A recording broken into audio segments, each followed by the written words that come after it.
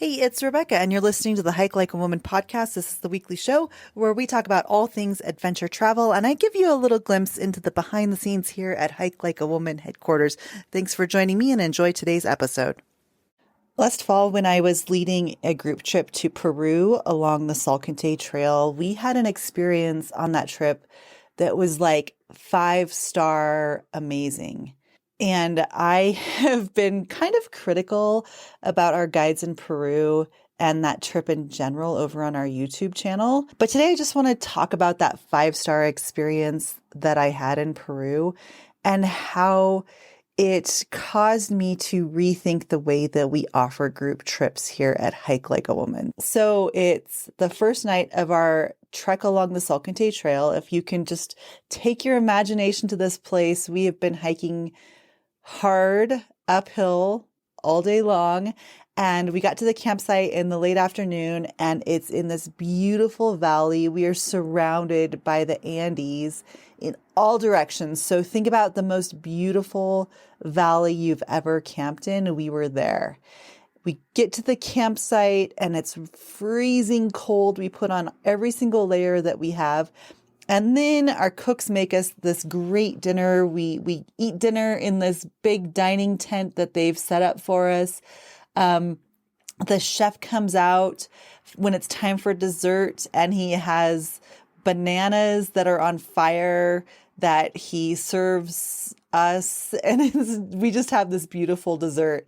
But we were all so tired, we just wanted to go to bed. And I think the guides and the chef thought that we would kind of linger in the tent and talk, but everybody was so tired. So we went to bed, and it's really cold. And just as we were crawling into our sleeping bags, our guides went around to each tent and they handed us each a hot water bottle full of boiling hot water that we could put on our feet or hold against our bellies to warm up our torso. And it was just this one thing that they did by passing out those hot water bottles that elevated that experience on that group trip. And at Hike Like a Woman, we've always tried to do those little things to elevate experiences. When I was guiding backpacking trips, we would always try to show up in the morning at your tent with a mug full of hot tea or cider or hot lemonade, which is one of my favorite things to drink when I'm backpacking. And I've always thought about how can I turn this experience into something that you wouldn't expect in the backcountry. Well, recently I had an experience with the company that we're currently using to offer group trips. And I will say that this is the last year that we are using this company to offer group trips.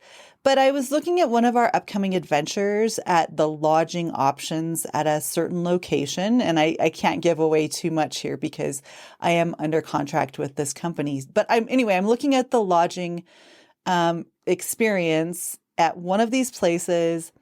And I was looking on their website and I found something better. I found that we could stay in a better place. So I approached the company that we use to host trips and I said, here's the deal. I don't want to stay here. I want to stay here. And I think that this would provide a really unique 5-star special experience for the women who are on this trip with me. And what I would like to do is, I know the trip's already been booked. I know that it's already been paid for, but we're 6 months out. So I would personally like to pay out of pocket the difference so that we could instead stay in this location. I emailed that to the woman who I am in touch with, who kind of schedules and arranges our Hike Like a Woman trips. And instantly she got back to me and she said, we can't do that. The trip's already been planned. And I said, we're still 6 months out. It's not going to be any additional cost to my travelers. And I want to make this happen. So try again because I want to be able to provide this elevated 5-star unique experience for the women who are on trips with me. And then so that's where I am now. And I feel like every time I try to make a suggestion or recommendation about the itinerary or the lodging or the meals, instantly the answer I get is, we can't do that. And that just feels a little bit icky to me when I want to provide that elevated experience, when I want to be the one that's making sure the guides are giving us hot water bottles for our feet when we camp, and make sure that someone's greeting you in the morning with a cup of tea in your tent, or make sure that you're staying in this really incredible bucket list worthy venue. So I've realized over probably the past 6 months or so that the current company we're using for trips is just not in alignment with my values. And that's not to say that they're a bad company. It's just that I want to provide elevated experiences. And when you come on a group trip with me, it's expensive. Your vacation time is limited. And if you come on a trip with me and you don't get that 5-star wow experience that you're going to go home and talk about for years, then I've let you down. And then you won't trust me to come on another trip. And I looked at our stats last night. And we actually have a 48% return rate. So almost half of women who go on adventures with me book another trip within the next 2 years. And that's so cool. But I guess what I'm trying to say is that I am working hard to do a better job of partnering with companies who can provide that elevated experience. Like in Costa Rica last year, when we did our couples retreat to Costa Rica, it was one of the couples was celebrating their anniversary, and the guiding company put a bottle of champagne and a card and fresh flowers in their lodge on the river. And it's just like those little things mean so much to me, and they mean so much to you when you come on a trip with us. So what I'm doing to kind of make things different and to adjust how I'm doing things, and to make sure that we are working with the very best tour operators out there, I'm changing. So I'm not going to be using the company that we've used, and we have booked trips with this company through 2025, and they're not bad.